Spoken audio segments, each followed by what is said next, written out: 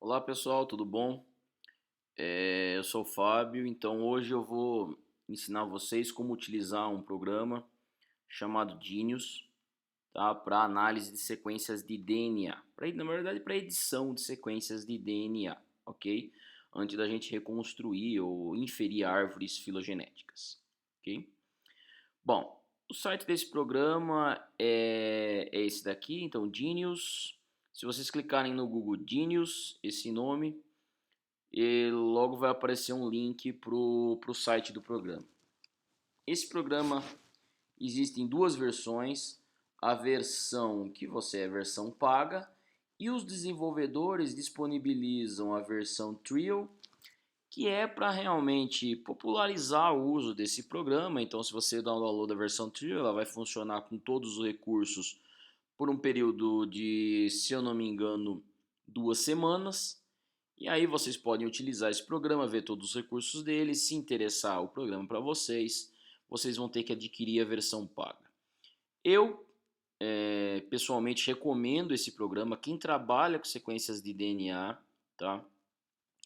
Precisa desse programa, na verdade. Ele é extremamente útil, ok? Bom, então vamos utilizar esse programa para análise de sequência. Eu montei dois arquivos de sequência, esses dois arquivos estão aqui no meu desktop, eu coloquei nome de sequências, né? Aí eu tenho dois arquivos do COI, um arquivo com sequências de COI e o arquivo com sequências do citocromo B, né? Dois genes mitocondriais, muito utilizado em análises filogenéticas e também de delimitação de espécies, a partir de matrizes moleculares. Nessas sequências, eu dei o download a partir do NCBI. O NCBI é um banco de sequências, né? É o famoso GenBank. Eu não vou ensinar nesse vídeo como download dessa sequência, mas eu peguei e dei o download dessa sequência em formato FASTA do NCBI, ok? Então aqui estão os meus dois arquivos. Eu vou abrir meus arquivos com o programa de texto. Eu gosto muito desse programa de texto, que ele é grátis, né? O Test Regular, ok? Então aqui vou abrir o COI, agora vou abrir o arquivo de Estocolmo B, tá? O que é importante? Bom, se nós estamos fazendo uma análise de genes concatenados, o que significa genes concatenados? A gente vai fazer uma análise, ou melhor, a nossa análise vai conter vários genes, ok? Como se fosse uma sequência única. Então a gente não vai estimar a árvore separado para cada um dos genes, né? Então a gente vai estimar a árvore a partir de uma matriz que contenha vários genes, uma matriz só, contendo vários genes. E realizar esse concatenamento de dados muitas vezes é complicado, porque nós precisamos fazer esse concatenamento na mão ou por linha de comando em outros programas como R e outras linguagens de computação que muitas vezes não é familiar a um grande número de pessoas. Então, os programas como o Genius, né, fazem esse concatenamento para a gente automático, numa interface que a gente chama de interface clique-clique, né, que é a interface de janelas, como a gente está trabalhando aqui no nosso computador.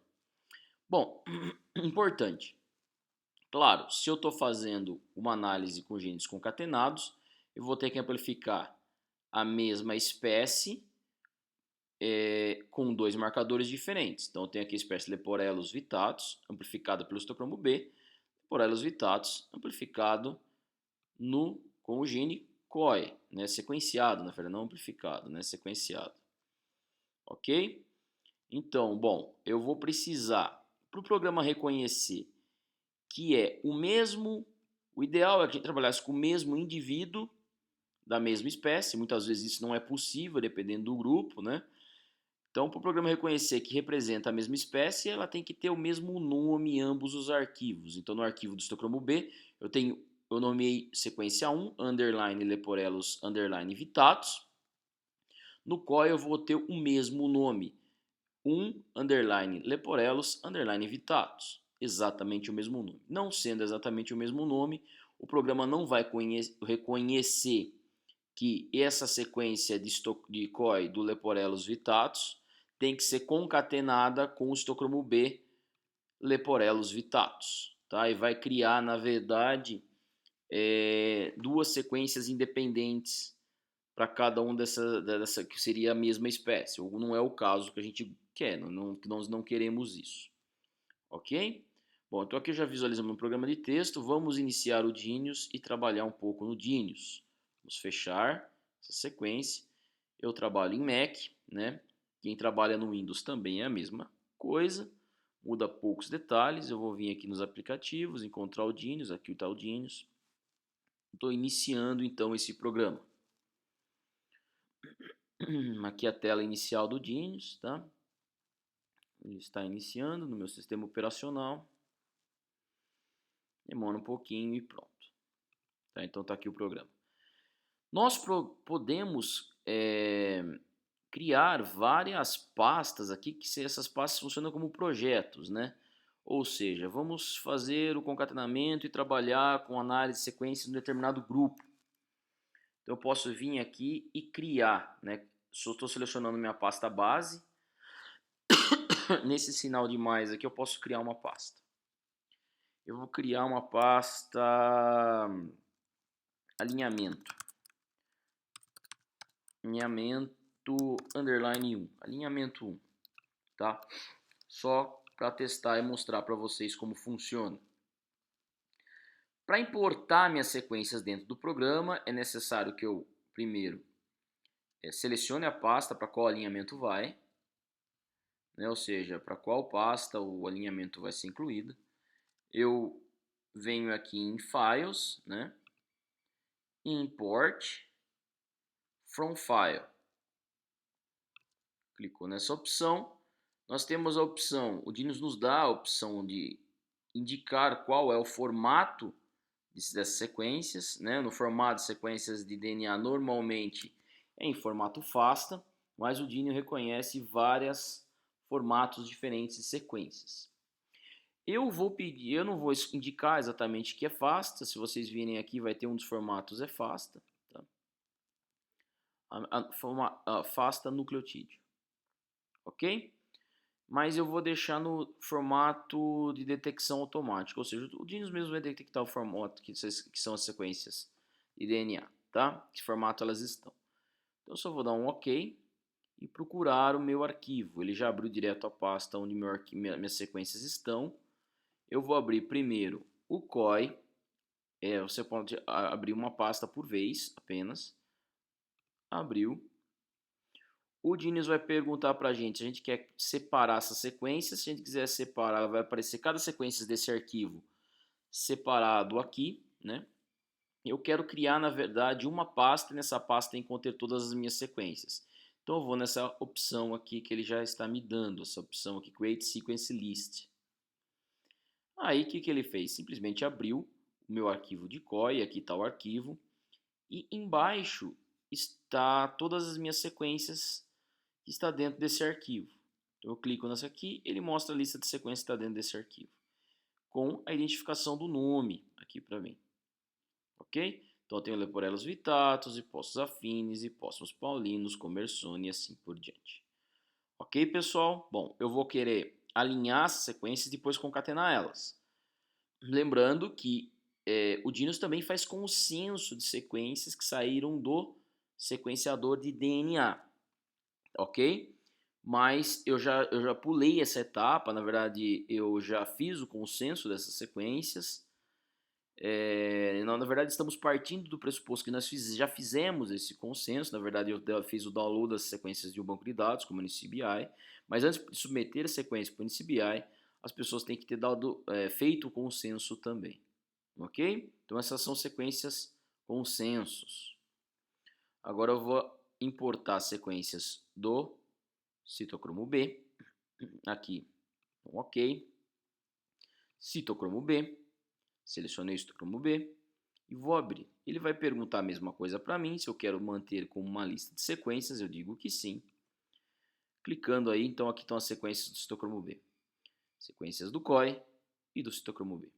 Vocês podem visualizar, daqui a pouco eu vou mostrar para que servem essas funções aqui do lado. O Dinius tem uma quantidade enorme de funções para visualização de sequências e edição dessas sequências, tá? Já vai ver daqui a pouco. Só vou ampliar um pouco aqui a sequência para vocês verem os pares de base.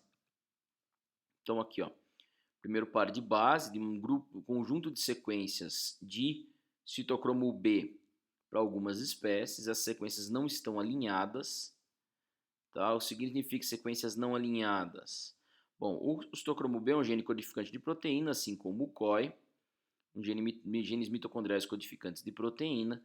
Para alinhar, isso significa que a primeira base do primeiro códon do citocromo B tem que estar alinhada com a primeira base do primeiro códon da outra espécie, do citocromo B, e assim por diante. A segunda base do primeiro códon tem que estar alinhada com a segunda base do primeiro códon entre todas as espécies.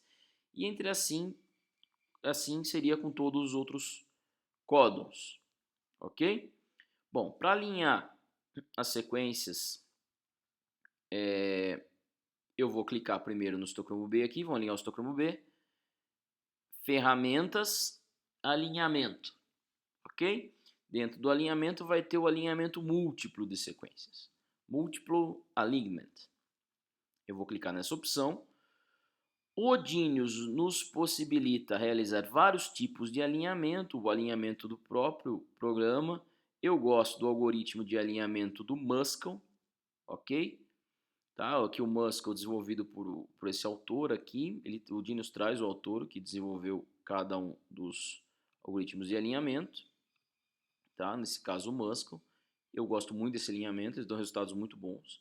Nós vamos deixar tudo em default, não é uma boa ideia mexer nos parâmetros de alinhamento. Vamos clicar OK e está aqui nosso gene alinhado. Vamos fazer a mesma coisa com o COI antes de visualizar os alinhamentos. Selecionamos o COI, alinhamento múltiplo, desculpa, é COI, alinhamento assemble, depois alinhamento múltiplo, e está selecionado já Muscle, nós damos OK. O que acontece? O Genius, nós tínhamos inicialmente um arquivo do citocromo B com as sequências não alinhadas.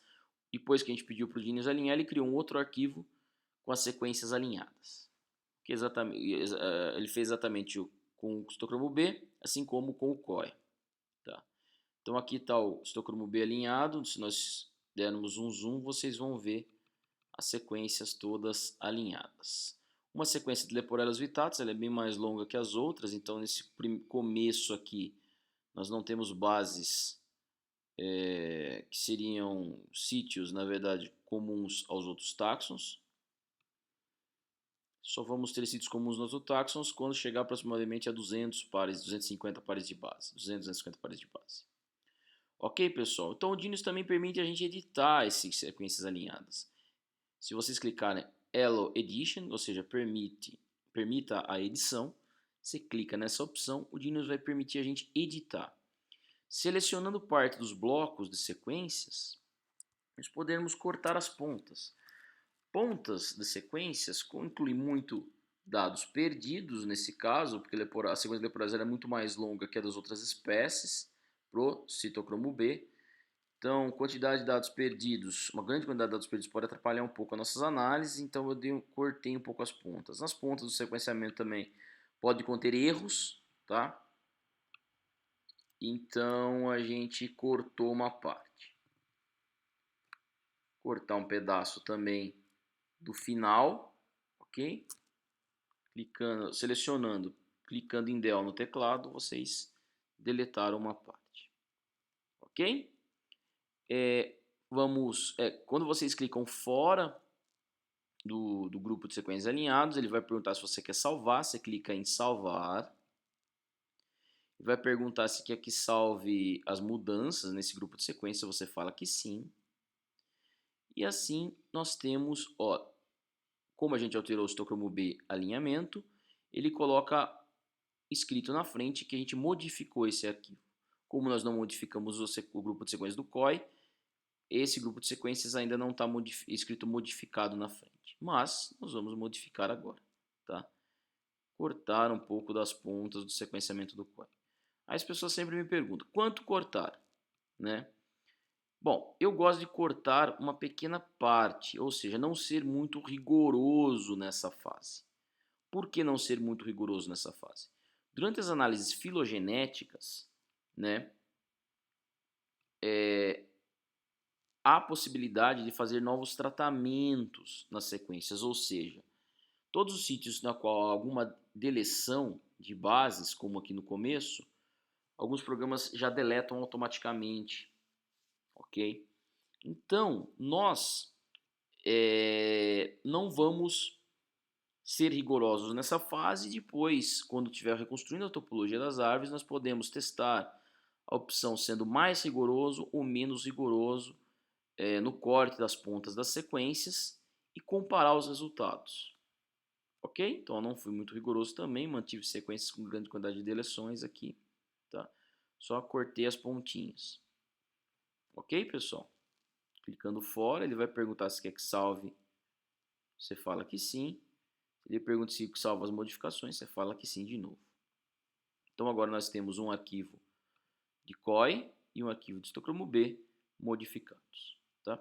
Tem uma outra opção aqui interessante, que é traduzir essas sequências por proteínas. O que acontece? Essa é a opção.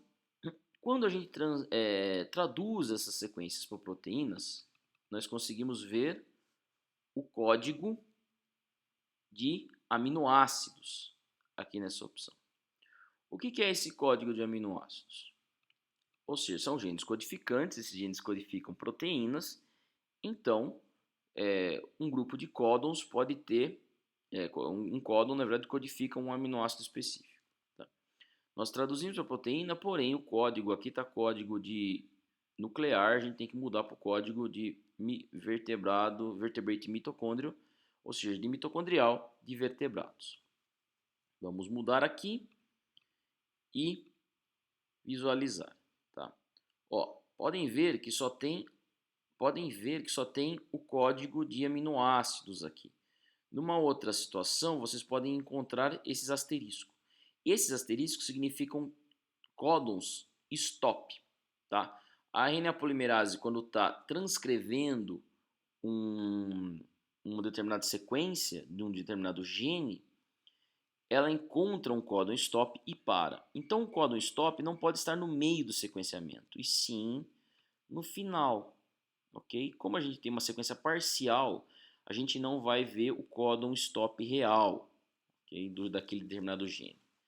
Mas se o nosso código genético está errado, ou seja, existe erro dentro do nosso sequenciamento, ou a gente está começando a leitura não pela primeira base do códon exatamente, mas pela segunda base do códon, terceira base do códon, a gente vai acabar encontrando stop códons no meio das sequências. Se a gente começar pela primeira base corretamente e não apresentar stop códon, que isso significa que o nosso sequenciamento está de uma qualidade muito boa, exatamente como é o caso aqui, ok?